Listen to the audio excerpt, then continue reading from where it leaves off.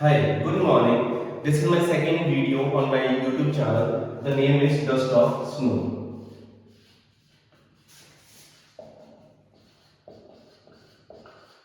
It is written by Robert Frost, a very renowned poet. You must have all come to know about him through way till now. If you have studied like even in 10th, right now, like तो you must have आपने पढ़ा होगा कि इसके बारे में Robert Frost के बारे में basically.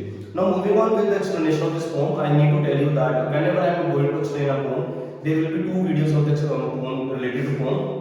First, एक में पहले में समरी होगी और दूसरे में पोएटिक डिवाइसेस होंगे, ठीक है। तो अब हम पहले समरी और इसके एक्सप्लेनेशन, इसकी थीम के बारे में बात करते हैं। तो एक बार क्या होता है कि पोएट बहुत ज्यादा उदास वाले मूड में बैठा होता है, ठीक है। तो हमारा पोएट कौन है यहाँ पर, सबसे पहले हम उसका भी नाम लिख लेते हैं, रॉबर्ट फ्रॉस्ट, ठीक है। तो वो बहुत ज्यादा उदास वाले मूड में बैठा होता है। तो होता क्या है कि वो एक ना हैमलॉक ट्री, वो पॉइजनस ट्री होता है एक, ठीक है। तो वो उसके नीचे खड़ा होता है, like standing below hemlock tree. तो होता क्या है, एकदम से उसके ऊपर ना स्नो गिरती है। वो स्नो कैसे गिरती है, जो हैमलॉक ट्री के ऊपर क्रो बैठा होता है वो अपनी गर्दन झटकाता है। तो जैसे वो हिलाता है अपनी गर्दन को, तो नीचे उसके ऊपर स्नो गिरती है। और जो पोएट है ना हमारा, उसका मूड बहुत ज्यादा सैड होता है स्नो गिरने से पहले, लेकिन जैसे ही स्नो गिरती है उसके ऊपर, उसका मूड बहुत हैप्पी हो जाता है। That is what he is trying to tell us, that whenever we have a connection with the nature, no matter how negative things are, ये मैटर करता ही नहीं है कि कितनी नेगेटिव थिंग्स हैं, बट अगर हमारा कनेक्शन होगा किसके साथ, नेचर के साथ, हम कभी भी उदास नहीं रह सकते। This is what the poet is trying to tell us. चाहे जितनी भी नेगेटिव चीजें हों, अगर हमारा माइंडसेट पॉजिटिव है, नेचर के साथ हम कनेक्टेड हैं, तो हम कभी भी उदास नहीं हो सकते। ये वो कहना चाहता है इस पोम से। तो अब यहाँ पर चीजें क्या है, तो नेगेटिव चीजें किसके बारे में हमने बात करी है, हैमलॉक ट्री, ये तो पहले ही पॉइजनस होती है।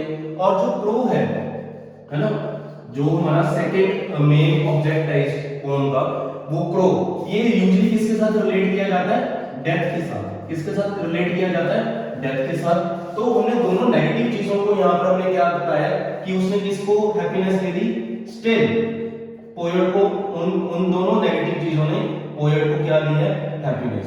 This is what the poet is trying to tell us, that no matter how negative things are there in the nature, but if we have a positive mindset and if we are connected with the nature, nothing at all can give us negativity. It will always give us positivity. This is all about the poem is right. Now second, moving ahead with the theme. The theme में होता क्या है, basically theme का मतलब होता है कि किस चीज पर बेस्ड है। तो वो यही कहना चाह रहा है कि even if we are in a sad mood, but if we have a connection with the nature, if we have a positive outlook towards life, we can never be sad, we will always be happy. So this is all about the poem. Tomorrow I will be uploading the video related to the poetic devices, and most importantly, सबसे one of the most important poem है ये dust of snow.